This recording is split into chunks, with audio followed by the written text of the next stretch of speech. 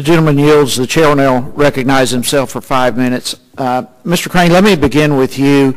I think we probably both are very much concerned with actions by environmentalist, extremist type groups that are currently seeking to bypass the law by petitioning the EPA to ban the use of lead ammunition and fishing tackle. We've alluded to this a few moments ago. And of course, Title I of this bill will protect the use of traditional ammunition and fishing tackle by reiterating and clarifying existing law that clearly limits the EPA's authority under the Toxic Substance Control Act. So my question to begin with is, how important is it for our nation's sportsmen that ammunition and fishing tackle are reasonably regulated? Congressman, 90% of the current supply of traditional ammunition, and there are no reasonable price alternatives to this ammunition. Fishing tackle is in a similar type of basis. You start to ask to look at alternatives. They don't function in the same capacity. The cost drives it up enormously.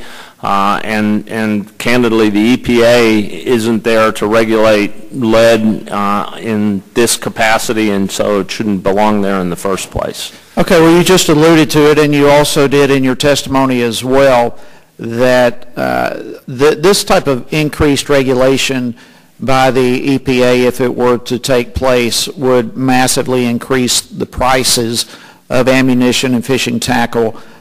Could you go a step further with that, kind of quantify, if you can, to this subcommittee what type of price increases you would anticipate? From my understanding in looking at the industry's statistics and data on that, it could be anywhere from 4 to 10 times. So a $25 box of shotgun shells would now go to over $100 a box. In the fishing tackle world, the predominance of lead is in jig heads and split shot and sinkers.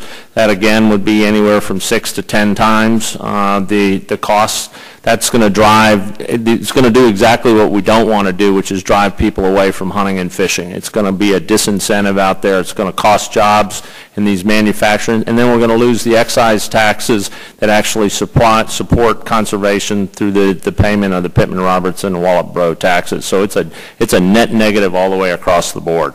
Okay. Mr. Annoni, let me jump over to you if I can for just a quick couple of questions.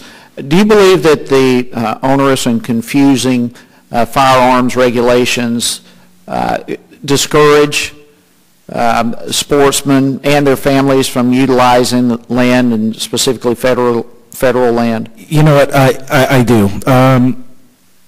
Our kids, the kids that I work with, we're very strict on laws. We're very strict on doing things correctly. And when there is confusion, you can't possibly do things correctly.